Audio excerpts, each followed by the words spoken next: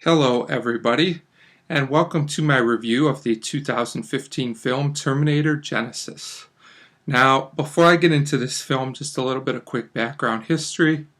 I have seen all the other Terminator films. I consider the first two to be great all-time classics.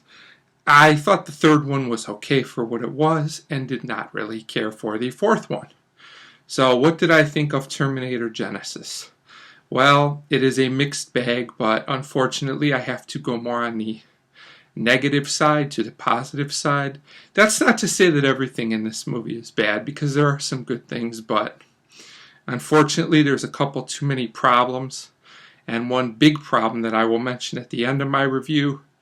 And also I will try not to spoil too much, but there might be some slight spoilers in this review ahead of time, just so you know. So this film was directed by Alan Taylor, and he does a competent job with the film. Nothing phenomenal, nothing terrible, just competent. The film stars Arnold Schwarzenegger. Yes, he's back, which is a big positive. It also stars Jai Courtney as Kyle Reese, Emilia Clarke as Sarah Connor, and Jason Clarke as John Connor. There is also a supporting role for the very excellent character actor J.K. Simmons. Unfortunately, his character really has no purpose in the film and is very underused, although Simmons does what he can. Now, first I'll go to the good things about this film. The action sequences, for the most part, are well handled. A lot of the CGI looks very good in the up-close fighting scenes, especially some of the detail in the Terminator scenes with the things that they did with the Terminators. I really enjoyed. A couple of the bigger special effects, like when things explode or blow up, look kind of CGI-ish and a little fake. You really don't want things to look fake, in my opinion. And some of those just weren't that convincing, but they're not the worst I've ever seen. They're passable. I just think for a Terminator movie that you need to do a little better in that regard. But overall, the action is fine. Now into some of the issues with the film. First of all, I have some problems with some of the plotting in this movie. Let's just say that instead of advancing the story forward, all they really do, in my opinion, is just mess with the timelines again. All they basically do is change the timelines. Now, you can have two views on this, and one, say it's just a different timeline, no big deal. Or two, you can say that it negates, or if not negates, lessens the impact of some of the things that happen, especially in the first two films, by what they do with the timeline. And let me just say what they do with one main character, really main character. I don't really like how they turn his character around in this film. It didn't really work for me. As far as the acting goes, I've heard some criticism towards Jai Courtney, but he was fine for me. He didn't bother me. As Kyle Reese, Jason Clarke was adequate as John Connor for what he was given to do. Emilia Clarke, she's probably a nice person. I like her on Game of Thrones, but she just didn't work for me as Sarah Connor. Linda Hamilton had that toughness, but there was also a vulnerability to her character, especially in the first film. And Emilia Clarke doesn't really hit either one. She doesn't really work that well as a sympathetic character. And she's just not believable at all as a tough character. I'm sorry, it just didn't work for me. As far as the chemistry between the two leads, it's okay, it's adequate, but overall, I don't think the writing really helps her either. As far as Arnold goes, he does what he can. Some of his dialogue is good, some of his one-liners are funny, other ones are cringeworthy. I actually winced once or twice, but I don't think this is his fault. I think it's more of a result of the script than actually being Arnold. Another thing that's good and bad about this film is the score. What's good is when they use the original score from the original film. That's still classic and it's great.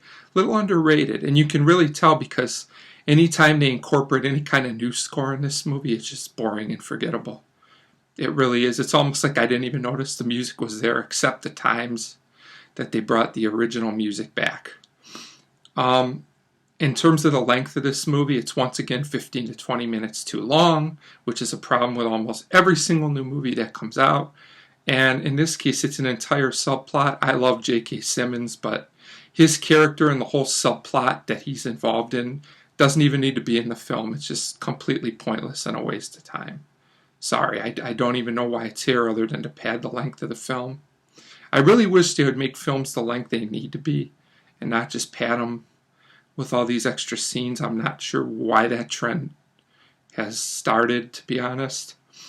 Another thing I don't think it's really a problem, but it's odd to me, is I'm not really sure who this film's aimed at. Because if it's aimed at the fans of the original films, and some of the things they do to change the timeline, original fans might have a hard time accepting.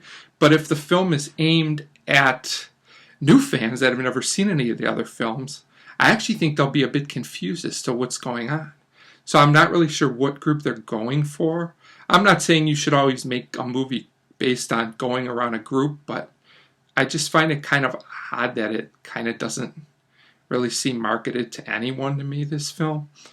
And that ultimately is really my problem with this movie, is that what is its point? Ultimately, what they did with this film, they didn't really do anything to advance the story.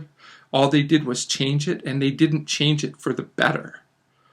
So, at least in my opinion, so ultimately, why does this film exist? Other than to entertain people with explosions and use the Terminator name? I'm not really sure. That being said, this wasn't a painful movie. I wasn't sitting in pain and agony in the theater, and I've done that before with films. Maybe I get into them too much, but I could sit through this movie, and if you don't take it too seriously or dissect it too hard, it's okay. So I'm not going to completely kill it, but I can't really recommend it for the reasons that I said either. But as long as a movie doesn't really give me any kind of terror, I'm going to give it a 2 out of 5. I'm not going to go lower than that because, like I said, I could sit through it easy enough. There's parts of it I like. They tried to recreate some scenes from the original film, which was cool. I like some of the throwbacks to the original film. I just ultimately am not sure what the whole point of this film really is.